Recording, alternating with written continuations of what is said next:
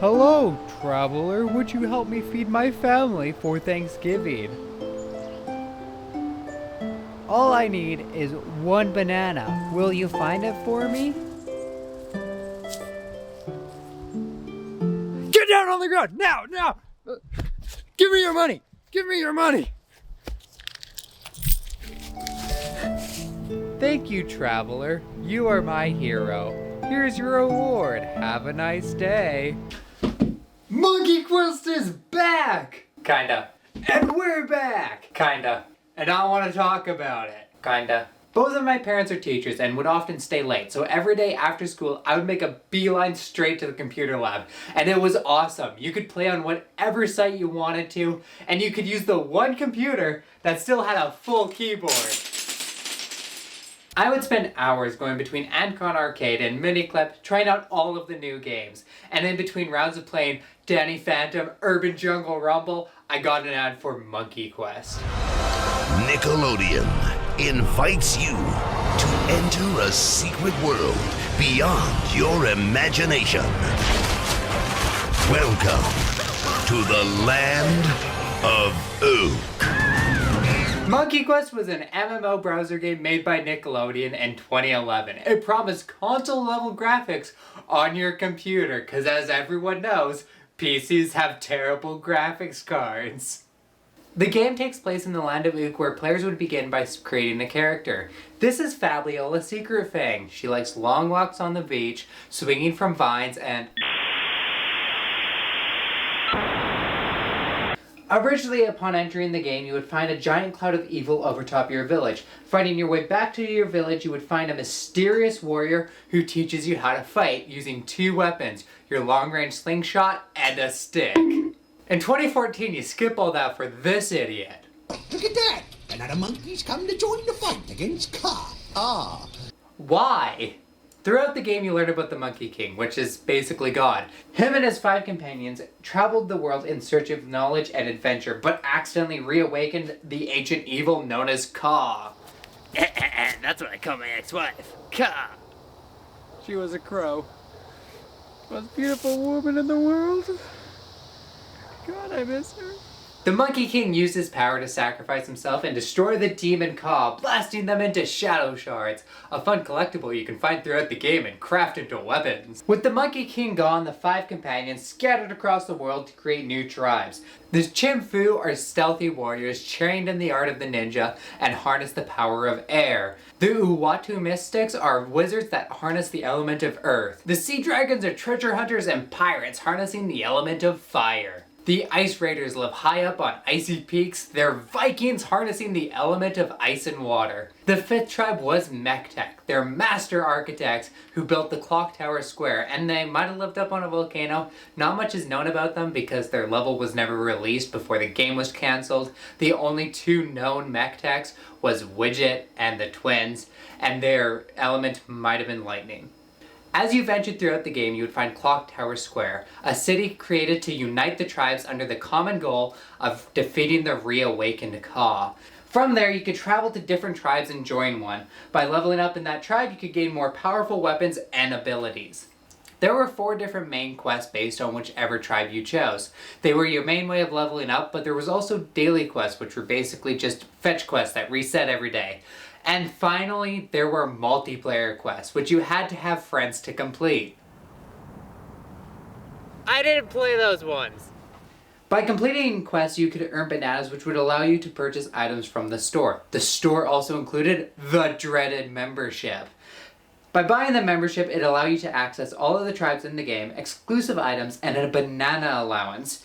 As a side note, memberships just shouldn't be allowed in kids' games at all. It's been proven that microtransactions are incredibly predatory, and exclusive items can lead to bullying, and yet they all appear in kids' games. Also, I was a broke kid, and my parents thought memberships were stupid, so I didn't get any of the cool outfits, and I was jealous, so I did what any kid would do.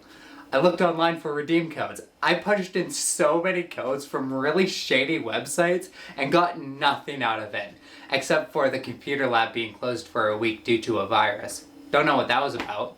Another quick side note, I decided to go looking for Monkey Quest redeem codes on YouTube, and man, that was a blast from the past. You get one of two options: black screen and complete silence, or block of movie maker text and the early 2000s Billboard Top 20 blaring at -3 decibels.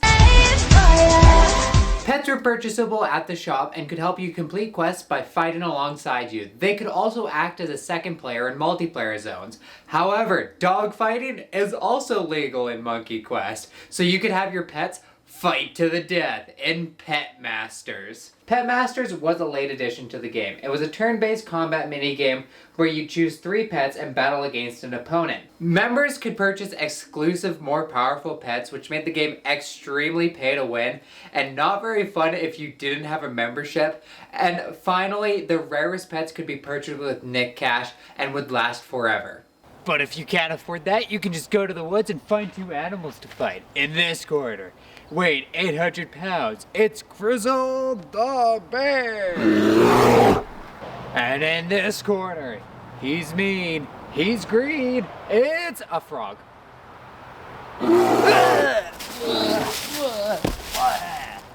They also released a Monkey Quest mobile game under the name Monkey Quest Thunderbow. It was basically just an Angry Birds clone where your arrows had different special abilities, but the trailer made it sound way more metal than it actually was.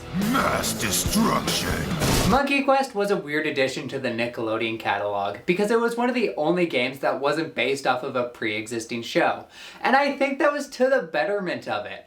I was never comparing it to the original cartoon the same way as I compare the Avatar games on the PS2 to the original show. It also featured original gameplay and not just Flash player clones like other MMO kids games. And because of this, it's lasted a lot longer in my mind, even though I only played the tutorial level. Had this game taken off, I truly think it could have been another Wizard 101. But unfortunately, on August 14th, 2014, the game was announced that it was going to be shut down on September 26th. Everyone playing got a free membership for the last 2 months, and those who bought their memberships were refunded. There was plans for several animated shows of Monkey Quest to be produced by Paramount Animation with a budget of around $100 million. But after this game's closure, there has been no new information, and it was most likely cancelled. Monkey Quest is a beloved franchise, and people have been trying to revive the game ever since. Throughout the years, people have been collecting old game assets and piecing them together. A working version called Monkey Quest Reborn was live in January 2021, but Nickelodeon sent a cease and desist. Some people take this as a sign that Nickelodeon's going to create a whole new Monkey Quest game, or they're going to create a TV show out of it, but that's most likely not the case. Companies like to hoard IPs and prevent them from getting sold to other people in order to prevent those companies from making money. It's dumb, it's weird, it's bureaucracy, but there has been no sign of a revival. However, telling the internet to stop doing something never works because you can play Monkey Quest right now. It's called Monkey Quest Reawakened. It's incredibly buggy, but it runs, and that's how I got some of the footage for this video. Currently, you can only travel to Crossroads, but it's a great hit of nostalgia if you're looking to play. I'll leave a link down in the description below on how to set it up on your computer. Just remember to practice internet safety, because ye landlubbers are sailing the high seas. So come and join the Sea Dragons. We got some loot to plunder, some lands to explore, and some bananas to eat. Yar! I can't do a pirate accent. And I'm allergic to bananas, because I'm on spironolactone. Remember, you estrogen girls, to not eat bananas because they're high in potassium. This is the end of the video. Congratulations to making it this far. This one took me kind of a long time, even though it was very short.